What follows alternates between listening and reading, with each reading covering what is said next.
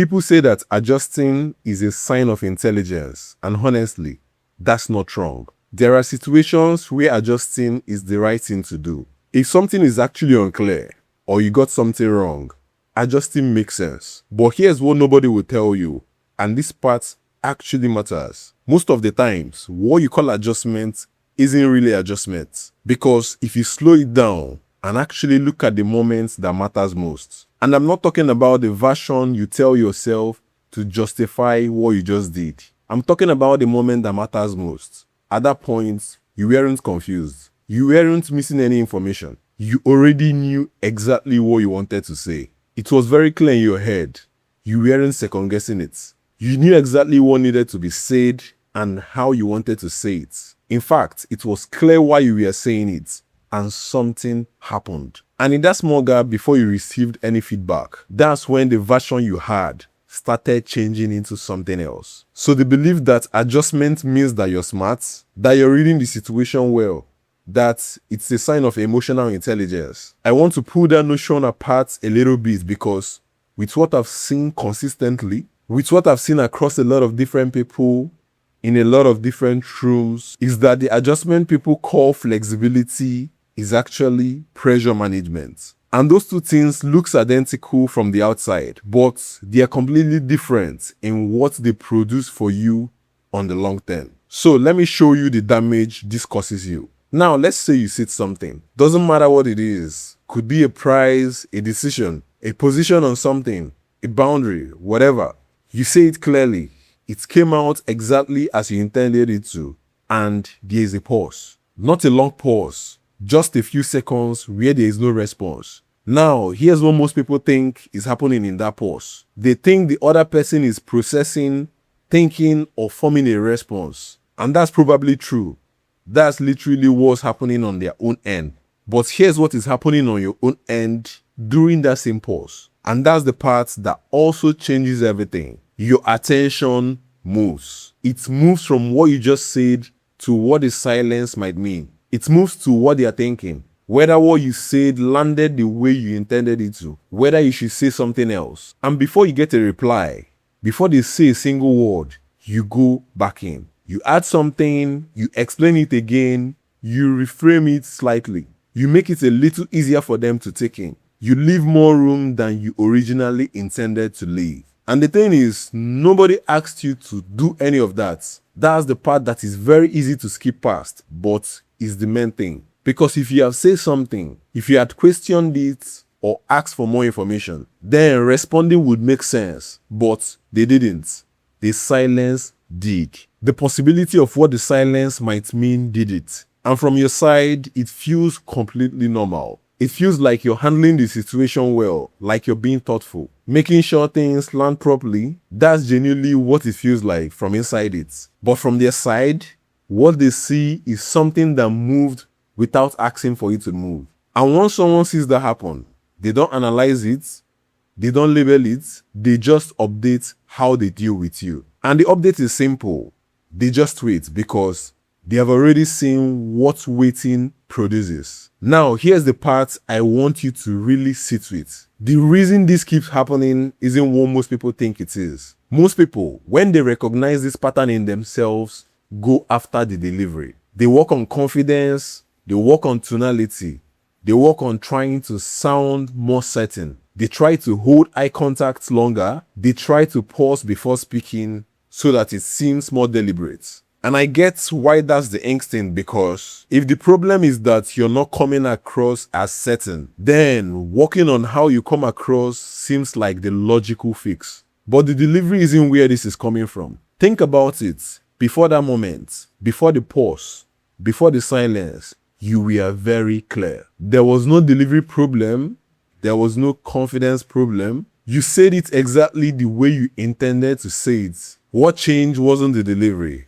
What changed was your attention. The moment someone else gets involved in the equation, a part of you stopped tracking what you were saying and started tracking them. You started tracking their expression, started tracking their energy, started tracking the quality of their silence. You started tracking what this might turn into if you don't do something about it right now. And that second track, the one monitoring them instead of holding your position. That's the exact thing that starts shaping what comes out of your mouth. So it's not that you say the wrong thing. It's not that you were unclear. It was that the version that came out wasn't the version you had. Because somewhere between having it, saying it, and sitting in silence after saying it, you started reacting to a reaction that hasn't happened yet. And that's a completely different problem than the one most people are trying to solve. Let me give you a specific example because I think this lands differently when you see it from a real situation. Let's say you're in a conversation about money. You've already done the work. You know what the price is. It makes sense to you. You've thought it through. You put it on the table. Then it goes quiet. Just for a second, maybe two.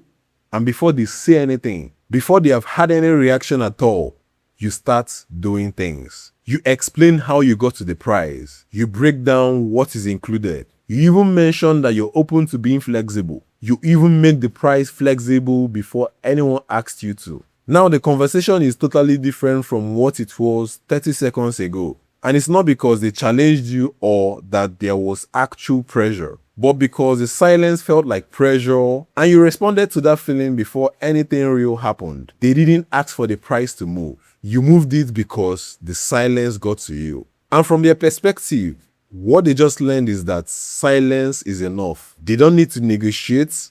They don't need to push. They just need to let things sit and you will handle the rest yourself. The same thing happens with boundaries. This one is a bit more personal, so stay with me for a second. You say something clearly, you're clear on where you stand. They don't really push back. Maybe they just react slightly. Maybe their tone changes a little, maybe they look a bit uncomfortable. And instead of letting that discomfort sit without you doing anything about it, you go back in. You explain it.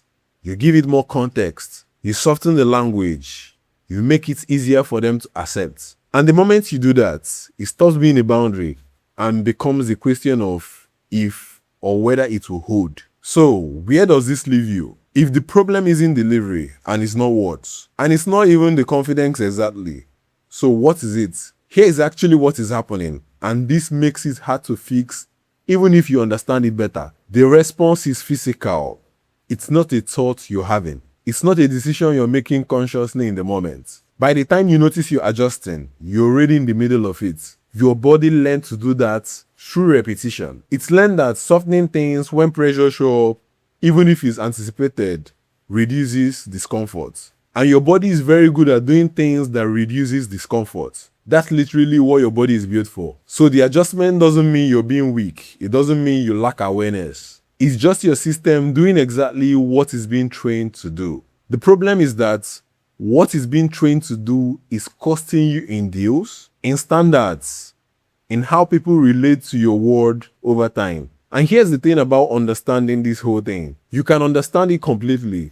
You can describe it perfectly. You can see it clearly in the moment. And the next time the silence shows up, the next time you feel that pull to add something, the same thing repeats itself. This happens because understanding it isn't interrupting the pattern your body is already running. It just means that you can see it even while you're still doing it. What actually changes it is walking in the moment itself. And I don't mean preparing better beforehand or analyzing it afterwards. Right there, when it gets quiet and you feel the pull to add something, that's the only place it changes. Which is exactly why the one-on-one work is set up exactly the way it is. Not to explain this better to you, you already understand it. But to be in those moments with you, when there is actual pressure and that pull shows up, so you can respond differently right there. That's where it changes. Not here, in the moment, while it's happening. If that's the work you're ready for, the first link is where to start. You're going to be in the moment again, soon. Something that needs to come out the way you had it before anyone else got involved. There's going to be a pause, a few seconds where nothing comes back. You're going to feel the pull to add something, to make it easier, to leave a little more room. Nothing is going to force you to stop. You can follow it and the conversation will keep moving. On the surface, everything will be fine, but there's going to be something slightly off afterwards. When what came out won't match exactly what you walked in with. You will know exactly what happened. If you're ready to work on it, where it actually happens, the link is below. If not yet, subscribe. This is what we look at here. One pattern at a time, seeing clearly enough to actually do something about it when it matters most. See you in the next one.